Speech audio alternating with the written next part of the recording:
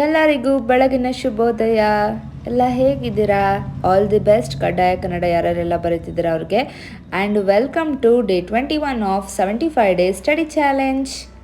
ಎಷ್ಟು ಆರೆಂಜಿಶ್ ಆಗಿ ಕಾಣಿಸ್ತಿದೆ ಸ್ಕೈ ನೋಡಿ, ತುಂಬ ಚೆನ್ನಾಗಿದೆ. ನಾನು ಆ್ಯಕ್ಚುಲಿ ಇನ್ನೂ 15 ಮಿನಿಟ್ಸ್ ಬಿಫೋರ್ ತೆಗಿಬೇಕಿತ್ತು, ಫ್ರೆಶ್ ಅಪ್ ಆಗೋಣ ಅಂತ ಹೋದೆ, ಇಷ್ಟು ಇದಾಗ್ಬಿಡ್ತು. ಈಗ ಆಲ್ರೆಡಿ 6:15 ಹತ್ತತ್ರ ಆಗಿದೆ, ಬಟ್ ತುಂಬ ಚೆನ್ನಾಗಿ ಕಾಣಿಸ್ತಿದೆ. ನನಗೆ ಕಡ್ಡಾಯ ಕನ್ನಡ ಎಕ್ಸಾಮ್ ಬಂದುಬಿಟ್ಟು ಹುಣಸೂರಲ್ಲಿ ಹಾಕಿದ್ದಾರೆ, ಶಾಸ್ತ್ರಿ ಕಾಲೇಜ್ ಅಂತ. ಸೊ ಅಲ್ಲಿ ಯಾರೆಲ್ಲ ಬರೆದ್ರಿ ನಂಗೆ ಗೊತ್ತಿಲ್ಲ, ಬಟ್ ನಾನಲ್ಲಿ ಹೋಗಬೇಕಾಗಿತ್ತು. ಸೊ ನಾನು ನಮ್ಮಮ್ಮ ಹೋಗ್ತಾ ಇದ್ವಿ. ಆ್ಯಂಡ್ ಮಾರ್ನಿಂಗ್ ತುಂಬಾ ಚೆನ್ನಾಗಿ ಒಂದಷ್ಟು ಪ್ರಿಪ್ರೇಷನ್ ಆಗಿತ್ತು. ಆ್ಯಂಡ್ ನೆನ್ನೆ ವಿಡಿಯೋ ತುಂಬ ಯೂಸ್ಫುಲ್ ಆಗಿದೆ ಅಂದ್ಕೊಂಡಿದ್ದೀನಿ ಎಲ್ಲರಿಗೂ. ಹೇಗಿತ್ತು ಕ್ವೆಶ್ಚನ್ ಪೇಪರ್, ಹಾಗೆ ನನ್ನ ನೋಟ್ಸ್ ನಿಮ್ಗೆ ಎಷ್ಟು ಯೂಸ್ಫುಲ್ ಆಯಿತು ಅಂತ ಮೆಸೇಜ್ ಮಾಡಿ. ಯಾಕೆಂದರೆ ನಾನು ಎಲ್ಲದನ್ನೂ ಪುಟ್ಟದಾಗಿ ನಿಮಗೆ ಜಸ್ಟ್ ನೋಡಿದ ತಕ್ಷಣ ನಿಮಗೆ ಗ್ಲ್ಯಾನ್ಸ್ ಆಗೋ ಥರ ನಾನು ಎಲ್ಲನೂ ಬರೆದು ಕೊಟ್ಟಿದ್ದೆ. ಯಾಕೆಂದರೆ ನಾನು ಕೂಡ ಅದೇ ರೀತಿ ಬರ್ಕೊಂಡು ಕಲಿಯೋದು. ಸೊ ಇಲ್ಲೇ ನನಗೆ ಎಕ್ಸಾಮ್ ಇದ್ದಿತ್ತು. ಸೊ ಕ್ವೆಶ್ಚನ್ ಪೇಪರ್ ಬಂದಿತ್ತು. ಸೊ ತುಂಬ ಸ್ಟ್ರಿಕ್ಟಾಗೇ ಕ್ವೆಶ್ಚನ್ ಪೇಪರ್ ಬಂತು.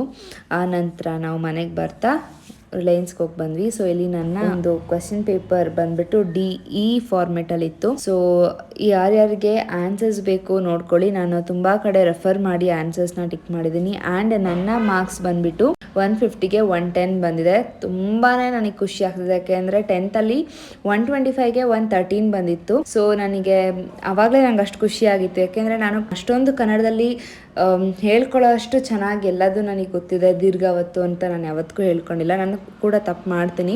ಬಿಟ್ವೀನ್ ನಾನು ಕವಿಗಳ ಪರಿಚಯ ಅವೆಲ್ಲ ಅಷ್ಟೊಂದು ನಾನು ಓದಿರಲಿಲ್ಲ, ಅಂದ್ರೂ ಕೂಡ 150ಗೆ ನನಗೆ 110 ಬಂತು. ಸೊ ನನಗಂತೂ ಖುಷಿ ಇದೆ. ಆ್ಯಂಡ್ ನಿಮಗೆಲ್ಲ ಎಷ್ಟು ಮಾರ್ಕ್ಸ್ ಬಂತು ಹೇಳಿ. ಸೊ ನಾವು ಮನೆಗೆ ಬಂದಾಗ 2 o'clock ಆಗಿತ್ತು. ನಾನು 3 o'clock ಹಂಗೆ ಓದ್ಕೊಳ್ಳೋಣ ಅಂತ ಕೂತ್ಕೊಂಡೆ. ಇವತ್ತೊಂದು 3 hours ರೀಡಿಂಗ್ ಕೊಡೋಣ ಅಂತ, ಯಾಕೆಂದರೆ ನೆನ್ನೆನೂ ಭಾಳ ಓದಿದ್ದೆ, ನಂಗೆ ಸ್ವಲ್ಪ ಇವತ್ತು ರೆಸ್ಟ್ ಬೇಕಿತ್ತು. ಆ್ಯಂಡ್ ಇವತ್ತು 6 o'clock ಬಿಗ್ ಬಾಸ್ ನೀವು ನೋಡ್ತೀರಾ ಅಂದರೆ ನಾನು ನೋಡ್ತೀನಿ. ಯಾಕೆ ಅಂತಂದರೆ ನಂಗೆ ಅದೊಂಥರ ಮೋಟಿವೇಶನ್ ಥರ ಇಟ್ಕೊತೀನಿ. ಈ ಸಲ ಯಾರ್ಯಾರು ಬರ್ತಾರೆ ಅಂತ ನನಗೆ ಗೊತ್ತಿಲ್ಲ ಬಿಗ್ ಬಾಸ್ಗೆ. ಸಾರಿ, ನನ್ನ ಪೇಜಲ್ಲಿ ಇದನ್ನು ಹೇಳ್ಬಾರ್ದು, ಪ್ರಮೋಷನ್ ನಾನೇನು ಮಾಡ್ತಿಲ್ಲ. ಬಿಟ್ವೀನ್ ನನಗೇನಂತ ಅಂದರೆ ಏನಾದರೂ ಒಂದು ತುಂಬ ಮಾರ್ನಿಂಗಿಂದ, ಈಗ ಫಾರ್ ಎಕ್ಸಾಂಪಲ್ ನಾನು ಓದುವ ಸೀಸನಲ್ಲಿ ಬಿಗ್ ಬಾಸ್ ನೋಡಬೇಕಾದ್ರೆ ಮಾರ್ನಿಂಗ್ 7 to 8ವರೆಗೂ ಕಂಟಿನ್ಯೂಸ್ ಆಗಿ ಓದ್ತಾ ಇದ್ದೆ. ಏನು 1 hour ಗ್ಯಾಪ್ ತಗೋದಿದ್ನೇನೋ ಇಡೀ ಹೋಲ್ ಡೇ ಅಷ್ಟರೊಳಗೆ. ಸೊ ನಾನು ಕಂಪ್ಲೀಟಾಗಿ 10 to 12 hours ಓದ್ತಿದ್ದೆ ಸೀಸನ್ ಬಿಗ್ ಬಾಸ್ ಟೈಮಲ್ಲಿ. ಯಾಕೆ ಅಂದರೆ ನನಗೆ ಅದು ಫಸ್ಟ್ ಅಟೆಂಪ್ಟ್ UPSC ಆಗಿತ್ತು. ಆ್ಯಂಡ್ ನಾನು ಅದನ್ನು ವಿತಿನ್ 6 months ನಾನು ಓದಬೇಕಾಗಿತ್ತು ಅಂದ್ಬಿಟ್ಟು ನಾನು 10 to 12 hours ಮಾಡ್ತಾ ಇದ್ದೆ. ಸೊ ಬಿಗ್ ಬಾಸ್ ನೋಡೋದು ನನಗೆ ಹೆಂಗೆ ಅನ್ಸೋದು ಅಂತಂದರೆ, ಮಾರ್ನಿಂಗಿಂದ ಈವ್ನಿಂಗ್ವರೆಗೂ ಓದಿದ್ರೆ ನಂಗೆ ಅದೊಂಥರ ನೈಟ್ ನೋಡೋದು ರಿಲ್ಯಾಕ್ಸ್ ಅನ್ಸೋದು. ಬಟ್ ಬರೀ ಕಚ್ಚಾಡ್ತಿದ್ರು, ಬಟ್ ಅದು ಒಂಥರ ಖುಷಿ ಅನ್ಸೋದು. ನಮಗೆ ಯಾವ ಜೊತೆನೋ ಬೈಯೋಕ್ಕಾಗಲ್ಲ, ಅವ್ರನ್ನ ಇಮ್ಯಾಜಿನ್ ಮಾಡ್ಕೊಂಡು ಅವ್ರ ಮೇಲೆ ಹೆತ್ತಾಕ್ಬಿಟ್ಟು ಬೈಕೊಂಡು ನಾನು ಕುತ್ಕೊಂಡ್ಬಿಡ್ತಿದ್ದೆ. ಸೊ ಒಂಥರ ಬಿಗ್ ಬಾಸ್ ನೋಡಿದ್ರೆ ನಂಗೆ ಒಂಥರ ಫೀಲ್ ಗುಡ್ ಅನ್ಸೋದು. ಬಟ್ ಈ ಸಲ ಯಾರು ಬರ್ತಾರೋ ನನಗೆ ಗೊತ್ತಿಲ್ಲ. ಚೆನ್ನಾಗಿ ಅನ್ಸಿದ್ರೆ ನೋಡ್ತೀನಿ. ಮಾರ್ನಿಂಗ್ 7 to night 8ವರೆಗೂ ಏನು ಓದ್ತಿದ್ದೆ. ಸೊ ಅದನ್ನೇ ನಾನು ಕಂಟಿನ್ಯೂ ಮಾಡಿಬಿಟ್ಟು 9 o'clock ಬಿಗ್ ಬಾಸ್ ನೋಡ್ತೀನಿ. ಚೆನ್ನಾಗಿಲ್ಲ ಅಂತ ಅಂದರೆ ಮಾಮೂಲಿ ಓದ್ಕೋತೀನಿ. ಸೊ ಇವಾಗ ನಾನು ಓದ್ತಿರೋದು ಸೈನ್ಸ್ ಆ್ಯಂಡ್ ಟೆಕ್ನಾಲಜಿ. ಸೊ ನಾನು ಹೇಳಿರೋ ಪ್ರಕಾರ ಈ ವಾರದಲ್ಲಿ ನಾನು ಸೈನ್ಸ್ ಆ್ಯಂಡ್ ಟೆಕ್ನ ಕಂಪ್ಲೀಟ್ ಮಾಡ್ತೀನಿ ಅಂತ ಹೇಳ್ತಿದ್ದೀನಿ. ಪ್ಲೀಸ್ ನನ್ನ ಜೊತೆ ಯಾರೆಲ್ಲ ಓದ್ತಿದ್ದೀರಾ ಸೈನ್ಸ್ ಆ್ಯಂಡ್ ಟೆಕ್ ಚೆನ್ನಾಗಿ ಓದ್ಕೊಳ್ಳಿ. ಸೊ ನಿಮಗೆ ಬೇಸಿಕ್ ಈ 50 ಡೇಸಲ್ಲಿ ನಿಮಗೆ ನೀಟಾಗಿ ಓದಿ ಮುಗ್ಸೋಕ್ಕಾಗ್ತದೆ, ನಿಮಗೆಲ್ಲ ಅರ್ಥ ಆಗ್ತದೆ ಅಂದರೆ you are 100% capable for your PSC. ಯಾಕೆ ಅಂತಂದರೆ ನಮಗೆ ಸ್ಟಾರ್ಟಿಂಗಲ್ಲೇ ಗೊತ್ತಾಗೋಗುತ್ತೆ. ಈಗ ನಾವು ಚೆಕ್ ಮಾಡಬೇಕು ಅಂದರೆ ಅನ್ನನ ಫುಲ್ ಎಲ್ಲ ಅನ್ನನೂ ನೀವು ನೋಡ್ಕೊಂಬರೋದು ಬೇಕಾಗಿಲ್ಲ. ಒಂದು ಅನ್ನ ಬೆಂದಿದ್ರು ಇಡೀ ಅನ್ನ ಬೆಂದಿರುತ್ತೆ. ಸೊ ನಿಮಗೆ 50 ಡೇಸಲ್ಲಿ ಗೊತ್ತಾಗುತ್ತೆ ನಿಮ್ಮ ಪ್ರಿಪರೇಷನ್ ಹೇಗಿರುತ್ತೆ UPSCಗೆ ಅಂತ. ಇದು ನನಗೆ ತುಂಬಾ ವರ್ಕೌಟ್ ಆಯಿತು. ಸೊ ಇನ್ನು ಬರ್ತಾ ಬರ್ತಾ ನಾನು ಇನ್ನೂ ಶಾರ್ಟ್ ನೋಟ್ಸ್ಗಳನ್ನ ನಾನು ಮಾಡ್ತೀನಿ ಪರ್ಟಿಕ್ಯುಲರ್ ಸಬ್ಜೆಕ್ಟ್ಸ್ ಮೇಲೆ. ಪ್ಲೀಸ್ ನಿಮಗೆ ಯಾರಿಗೆಲ್ಲ ನಮ್ಮ ಪೇಜ್ ಇಷ್ಟ ಆಗಿದೆಯೋ ಪ್ಲೀಸ್ ಶೇರ್ ಮಾಡಿ. ಇದೇ ಥರ ಇನ್ನೂ 4 ಜನಕ್ಕೆ ನಮ್ಮಂಥ ಆಸ್ಪಿರೆಂಟ್ಸ್ಗೆ ರೀಚ್ ಆಗಲಿ. ಸೊ ಯಾಕೆ ಈ ಥರ ನಾನು ಶಾರ್ಟ್ ನೋಟ್ಸ್ಗಳಾಗಿ ಮಾಡಿಕೊಡ್ತಿದ್ದೀನಿ ಅಂದರೆ, ಈಗ ನೋಡಿದ ತಕ್ಷಣ ಸಡನ್ನಾಗಿ ನಮಗೆ ಗೊತ್ತಾಗ್ಬಿಡಬೇಕು. ಈಗ ನೋಡಿ, ನಾನು ನೆನ್ನೆ ನೋಟ್ಸ್ ಬಿಟ್ಟಿದ್ದು ಅಲ್ವಾ, ನಾನು ಲೋಪಸಂಧಿಗೆ ನಾನು ಎಷ್ಟು ಈಸಿಯಾಗಿ ಬರೆದಿದ್ದೆ U. ಸೊ ಇವು 3 ಬಂತು ಅಂದರೆ ಅದು ಲೋಪಸಂಧಿ ಅಂತ. ಸೊ ಈ ಥರ ಶಾರ್ಟ್ ಫಾರ್ಮಾಗಿ ನೀವು ಬರ್ಕೊಳ್ತಾ ಹೋಗಬೇಕು. ಎಷ್ಟೊಂದು ಎಕ್ಸಾಂಪಲ್ಸ್ನ ಓದ್ತೀರಾ, ಎಷ್ಟೊಂದು ರೆಫರ್ ಮಾಡ್ತೀರಾ, ಬಟ್ ನೀವು ಪ್ರಾಕ್ಟೀಸ್ ಮಾಡಿ, ನಾನು ಇಲ್ಲ ಅಂತ ಹೇಳಲ್ಲ.